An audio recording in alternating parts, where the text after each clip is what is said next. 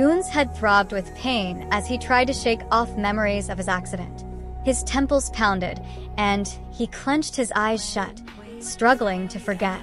Ju-Yeon, seeing his distress, gently placed her hand on his shoulder, trying to calm him down. "Breathe, Goon. Just breathe," she whispered, her voice steady, though inside, she was worried.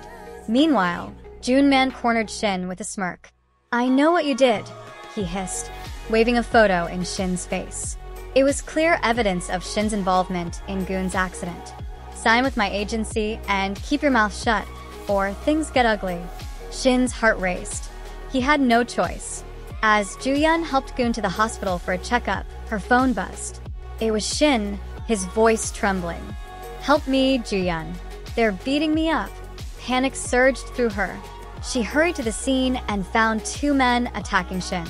Before she could intervene, Goon staggered forward, fists flying, knocking the attackers away. But then, in a twist, the men sneered. "Shin told us to beat him up." Shock filled the air. Shin, guilt-ridden and drunk, muttered how he never expected Ju-Yeon to actually come to save him.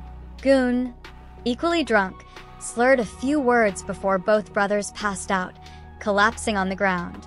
Ju-Yeon, furious, had no choice but to drag both of them home, grumbling the whole way. "These brothers will be the death of me," she muttered under her breath. Elsewhere, Se-Yan was busy translating for an Italian tennis coach at work. Shin, still paranoid, believed she was only working to get closer to him. "Quit that job," he warned. "If you're doing it to date me." Se-Yan rolled her eyes, exasperated. "Get over yourself, Shin." Ju-Yeon sat at her desk, feeling bored.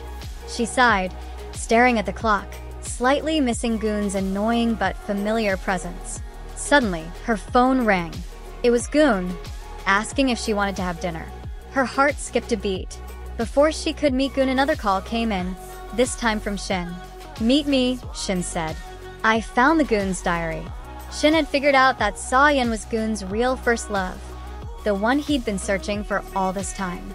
Shin clearly didn't want Se-Yan anywhere near Goon.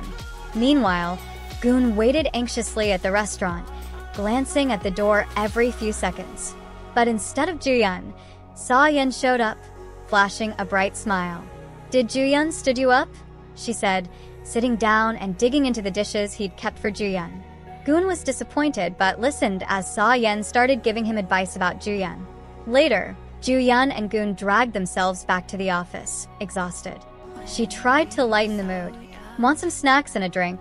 she asked. Goon nodded.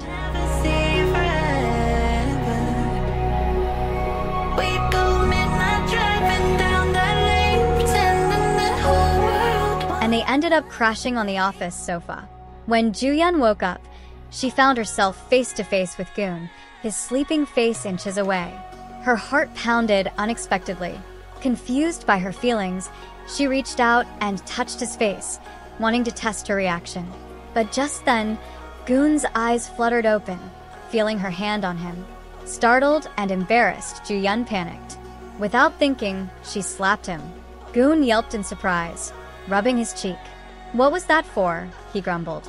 Ju-Yeon and Goon snuck into Se-Yeon's school under the cover of night, their footsteps echoing in the empty hallways. They crept to her classroom, where Se-Yeon's desk was covered with cruel drawings meant to bully her. With quick, quiet movements, they painted over the ugly marks, leaving the desk clean and fresh again. As they walked back, Ju-Yeon's mind raced. "It can't be. No, it shouldn't be like this. The way he looks at me, it's not real," she thought, her heart pounding. "But what if it is? I need to know what I really feel about him." Suddenly, Ju-Yeon stopped. Before she could overthink it, she ran toward Goon, her steps loud in the quiet night. She threw her arms around him, pulling him into a tight hug. Goon froze, surprised.